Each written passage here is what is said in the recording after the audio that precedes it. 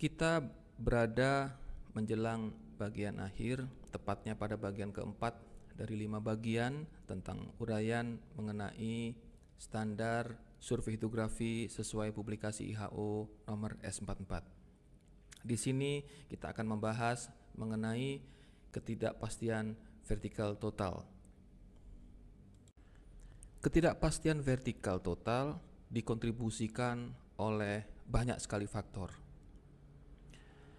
1. Datum vertikal yang digunakan. 2. Sistem penentuan posisi yang dipakai. 3. Pengamatan pasut yang digunakan untuk mereduksi kedalaman, termasuk kalau ada model peta pasut yang digunakan di dalam survei. Keempat, instrumen, satu-satunya yang disebut di sini mengenai alat, karena yang lain bukan alat. Kelima, galat karena kesalahan menggunakan kecepatan suara. Keenam, penggunaan datum vertikal yang berasal dari model separasi hidrografi. Ketujuh, faktor dari wahana apung. Kedelapan dan kesembilan. Kemudian 10, faktor dari alam. Dalam hal ini adalah kelandaian dasar perairan. Dan yang ke-11, kalau ada keterlambatan waktu pencatatan baik dari penentuan posisi maupun kompensasi karena gerak kapal. Sebagaimana sudah diulas juga, tidak mudah untuk mendeteksi atau mengkuantifikasi setiap elemen.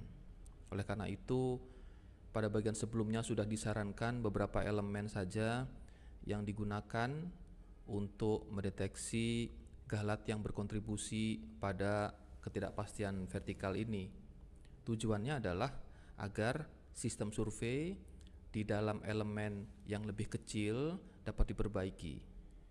Oleh karena itu, pada bagian selanjutnya, alih-alih kita mendeteksi satu demi satu, maka kita hanya akan menghitung agregat galatnya.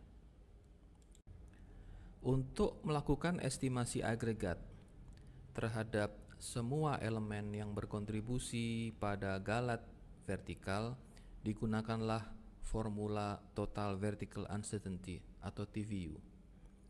Secara statistik disebutkan bahwa TVU merupakan kombinasi dari ketidakpastian yang berada pada angka kedalaman akhir yang diperoleh setelah reduksi.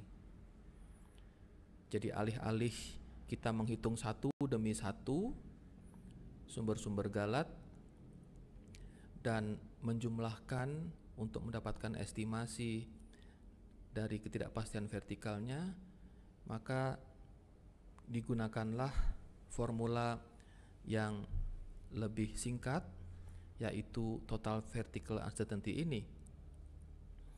Oleh karena itu, jika sebuah sistem survei dapat melakukan penghitungan Total Vertical Uncertainty yang hasilnya lebih baik dari tuntutan yang diminta oleh standar, maka sistem survei tersebut dapat dikatakan akan menghasilkan data yang baik karena telah memenuhi standar yang ditetapkan oleh IHO.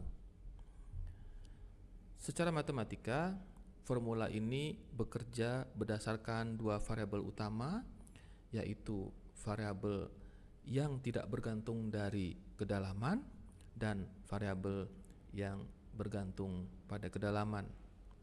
Dengan kata lain, ada sebuah tingkat ketidakpastian yang tidak mungkin kita lewati pada kedalaman berapapun, dan yang kedua, ada tingkat ketidakpastian yang akan semakin membesar dengan bertambahnya kedalaman.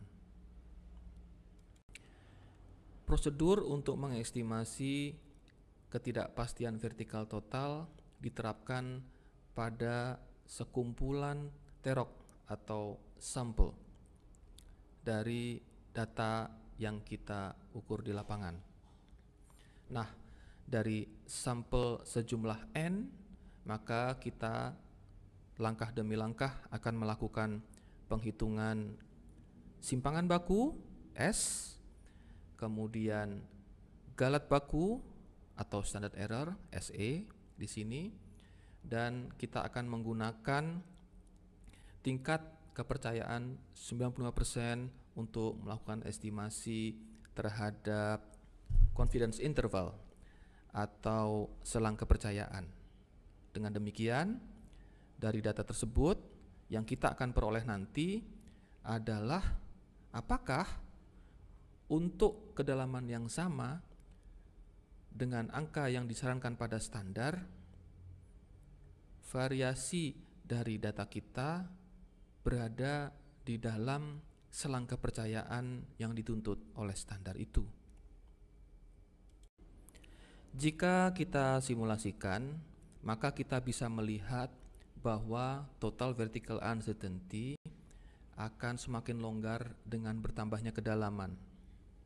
Total vertical uncertainty juga akan semakin longgar dengan order survei yang digunakan. Di sini saya perlihatkan bahwa survei order spesial mempunyai toleransi yang lebih ketat. Garis yang berwarna merah ini terlihat lebih rendah dibandingkan dengan garis yang berwarna hitam yang mewakili order survei yang lebih rendah. Order survei yang lebih rendah memiliki toleransi yang lebih longgar. Dua-duanya akan semakin longgar juga dengan bertambahnya kedalaman perairan.